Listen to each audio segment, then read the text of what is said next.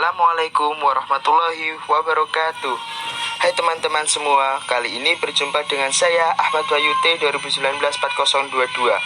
Kali ini saya akan membahas tentang RPP atau lebih disebut dengan Rencana Pelaksana Pembelajaran.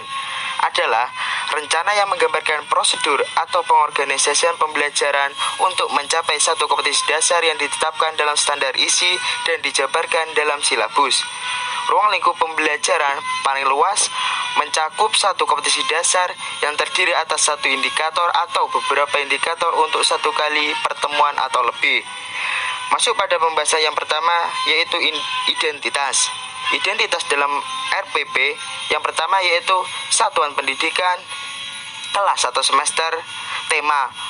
Untuk tema itu terserah kalian milih yang mana. Yang selanjutnya yaitu subtema, pembelajaran, muatan, alokasi waktu, dan tahun ajaran.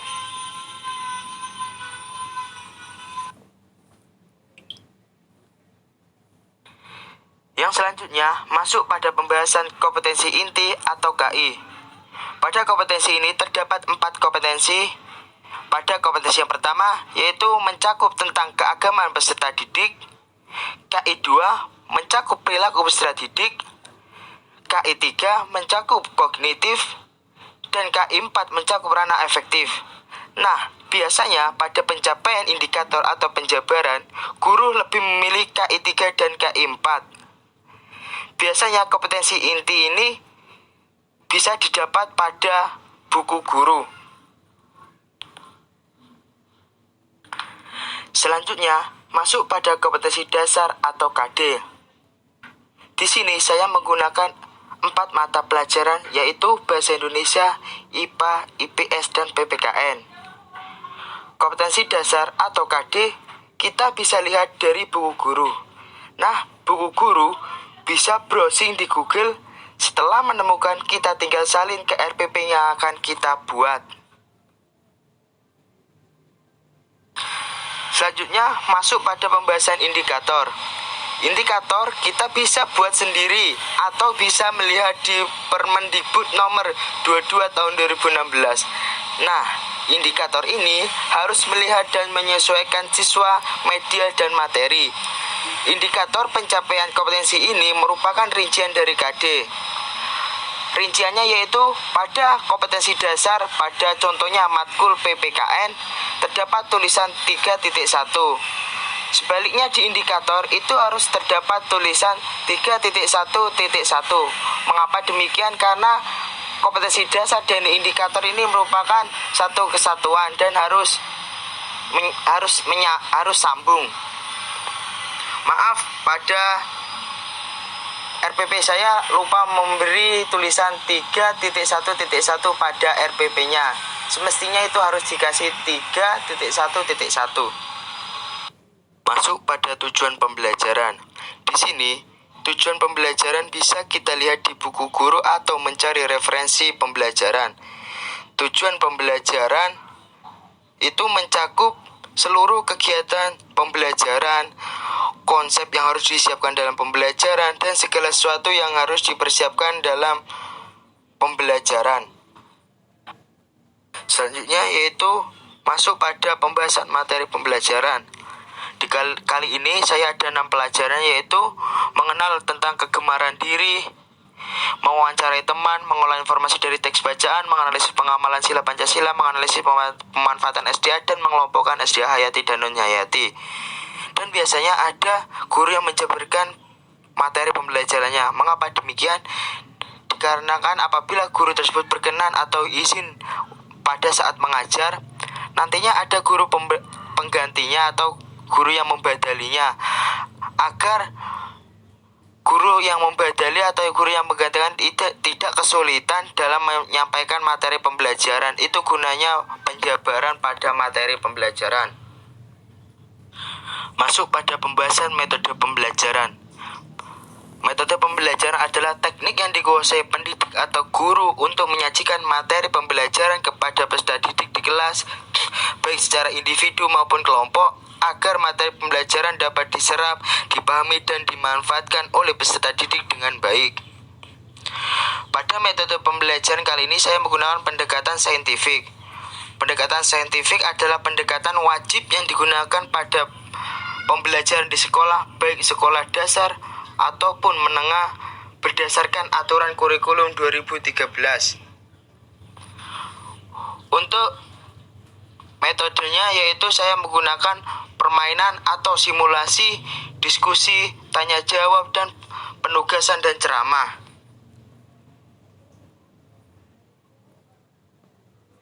Selanjutnya yaitu media pembelajaran. Kali ini saya hanya menggunakan satu media pembelajaran, yaitu gambar atau foto berbagai jenis pekerjaan. Nah, media pembelajaran ini harus sesuai dengan kebutuhan yang harus disiapkan dalam pembelajaran. Untuk selanjutnya yaitu sumber pembelajaran. Kali ini saya berpacu pada buku pedoman guru tema Cita-citaku kelas 4, buku tematik terpadu.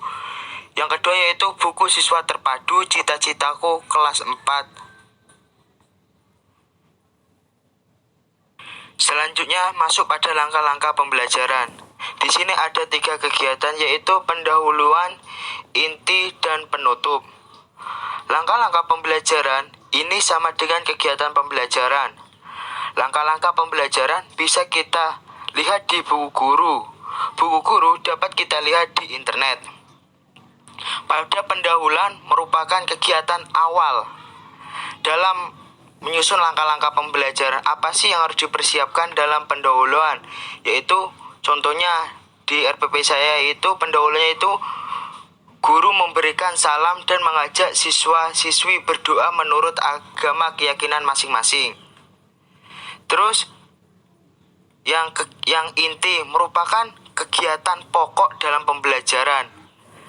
Contohnya pada RPP saya yaitu contohnya siswa mengamati berbagai pekerjaan yang ada di gambar dan mencoba mencocokkan dan deskripsi yang ada dan seterusnya.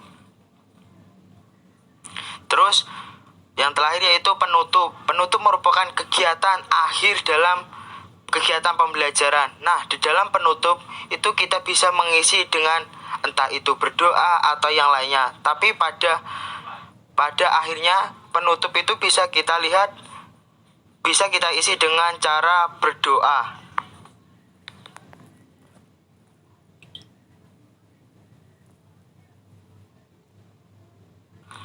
Masuk pada penilaian pembelajaran. Di sini di RPP saya terdapat 5 kolom.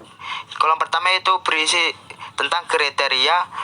Kolom kedua yaitu ulasan tentang bagus sekali atau 4, ini nilainya ya yang kolom kedua.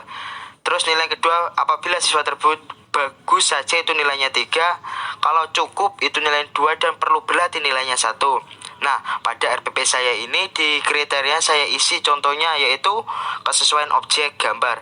Apabila siswa bisa menyesuaikan objek gambar dengan bagus itu nilainya 4. Kalau bagus saja itu nilainya 3 dan seterusnya.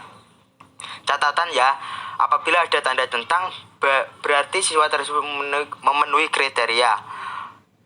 Penilaiannya yaitu total nilai per 12 kali 10 min 10. Ini contoh pengkalkulasiannya dalam bentuk nilai yaitu 4 tambah 4 tambah 3 per 12 kali 10 sama 9,16. Ini saya menggunakan penilaian rubrik. Terus pada bahasa Indonesia itu ya sama, ada kriteria tapi di kolom selanjutnya itu cuma ada tulisan sudah atau belum. Maksudnya sudah ini sudah paham atau belum. Ini contohnya pada bahasa Indonesia kriterianya saya membuat daftar pertanyaan sesuai dengan data yang ada. Apabila siswa tersebut sudah paham berarti kita tinggal contreng sudah gitu. Dan seterusnya yang sama kalau yang PKN sama IPA ini sama semua. Terus penilaian sikap. Ini ada berapa penilaian itu belum terlihat, mulai terlihat, mulai berkembang dan membudayakan. Contoh sikapnya itu teliti. Apabila siswa tersebut belum terlihat maka kita kita kasih nilai 1. Atau apabila siswa tersebut sudah teliti atau membudayakan itu nilainya 4.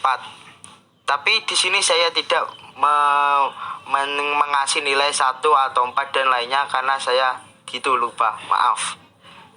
Sekian yang bisa saya sampaikan. Apabila ada kesalahan mohon maaf. Billahi taufik wal hidayah. Wassalamualaikum warahmatullahi wabarakatuh.